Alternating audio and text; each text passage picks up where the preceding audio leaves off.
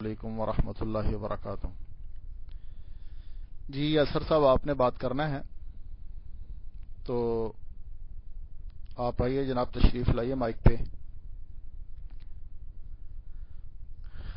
ہم جو بات کر رہے تھے میلاد النبی کے حوالے سے کر رہے تھے کہ آج جس طرح سے بریلوی لوگ میلاد مناتے ہیں، اس طرح سے میلاد منانا نہ حضور صلی اللہ علیہ وسلم سے ثابت ہے، نہ صحابہ کرام سے ثابت ہے، نہ تابعین سے ثابت ہے، نہ تبع تابعین سے ثابت ہے، ٹھیک ہے، بلکہ اسلام کی 6.25 صدیوں تک میلاد کی یہ رسم جو ہے وہ نہیں تھی۔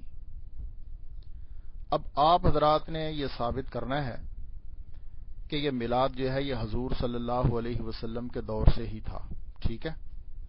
تو آئیے جناب، میں آپ کو مائک دیتا ہوں، آپ تشریف لائیے اور آ کے بات کیجیے۔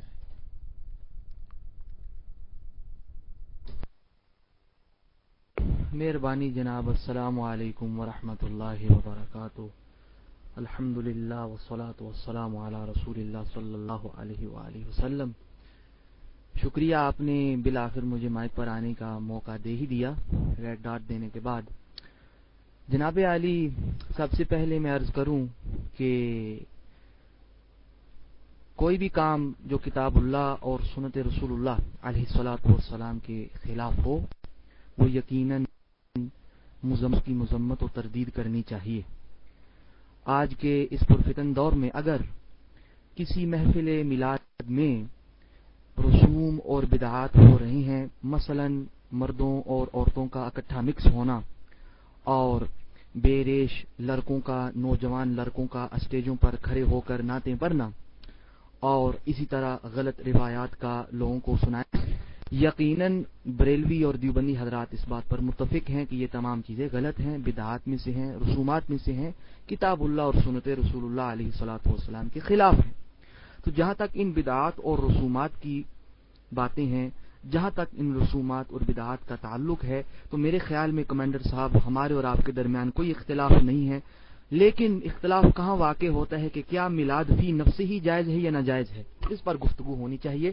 آپ نے اپنا تمام تر وقت اس بات پر لگایا کہ میلاد میں یہ ہوتا ہے، وہ ہوتا ہے، یہ ہوتا ہے، وہ ہوتا ہے۔ ہم آج میلاد کے فی نفس ہی پر گفتگو کرتے ہیں کہ کیا کتاب اللہ اور سنت رسول اللہ علیہ الصلوۃ والسلام اس بات کی اجازت دیتے ہیں کہ ہم میلاد منائیں یا نہ منائیں۔ آپ نے نبی دو عالم علیہ الصلوۃ والسلام کا فرمان عالی شان سنا ہوا ہوگا، جو کہ امام نووی رحمۃ اللہ علیہ کی 40 نوویہ میں بھی مذکور ہے۔ آپ علیہ الصلوۃ والسلام نے ارشاد فرمایا، البینۃ علی المدعی، یعنی دعویٰ کرنے والے پر دلیل پیش کرنا واجب ہے۔ اب آپ دعویٰ کر رہے ہیں کہ میلاد منانا ناجائز ہے، حرام ہے، بدعات میں سے ہے، یہ ہے، وہ ہے، تو میں آپ سے یہ سوال کرتا ہوں، کیونکہ آپ دعویٰ کر رہے ہیں، آپ مائک پر تشریف لائیں اور میلاد کے خلاف دلائل پیش کریں کہ قرآن میں آیا ہے یا حدیث میں آیا ہے یا اقوال علماء امت میں سے ہے، فقہا کے اقوال میں سے ہے، علماء حدیث کے اقوال میں سے ہے، علماء محدثین کے اقوال کہیں لکھا ہوا ہے، معتبرات میں سے ثابت کر سکتے ہیں میلاد منانا ناجائز ہے؟ کوئی نص ہے، کوئی حدیث ہے، متواتر صحیح حسن حدیث ہے آپ کے پاس؟ کیوں سرکار نے اصول قائم کیا ہے، جو دعویٰ کرتا ہے وہ دلیل پیش کرے۔ آپ دعویٰ کر رہے ہیں، آپ دلیل پیش کریں میلاد منانا ناجائز ہے، اور انشاءاللہ تعالی یہ فقیر صرف میلاد ثابت نہیں کرے گا بلکہ آپ کے معتبر علماء کرام کی کتابوں سے بھی ثابت کرے گا، مثلا حاجی امداد اللہ مہاجر مکی رحمۃ اللہ علیہ اور مولانا اشرف علی تھانوی صاحب۔ تو آپ تشریف لائیں، میں آپ کے لیے مائک چھوڑتا ہوں۔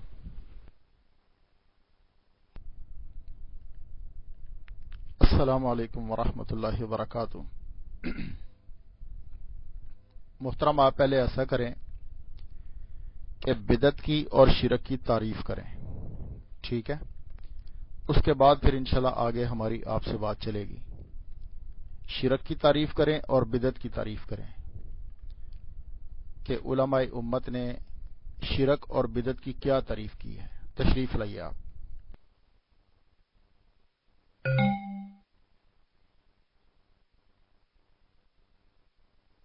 مہربانی جناب عالی، شرک مختصراً عرض کروں، اگر آپ کے پاس تمہید ابو شکور سالمی ہے تو آپ ذرا ٹیکسٹ میں ارشاد فرمائیے علم عقائد کی سب سے پرانی کتاب تمہید ابو شکور سالمی رحمۃ اللہ علیہ ہے، جو علماء دیوبند کے ہاں بھی معتبر ہے، دارالعلوم دیوبند میں بھی پڑھائی جاتی ہے اور بریلوی مدارس میں بھی پڑھائی جاتی ہے۔ ہاں، تمہید ابو شکور سالمی رحمۃ اللہ تعالی علیہ، یہ وہ کتاب ہے جس سے حضرت شیخ ابو الحسن شاذلی رحمۃ اللہ علیہ، جو کہ سلسلہ شاذلیہ کے بانی ہیں اور جو عربوں میں زیادہ مشہور ہے، جس طرح ہندوستان کے علاقے میں قادری اور چشتی اور نقشبندی اور سہروردی سلاسل مشہور ہیں، عرب جگہوں میں، عرب کنٹریز میں یہ شاذلی سلسلہ مشہور ہے، رفاعی سلسلہ مشہور ہے، جس کے بانی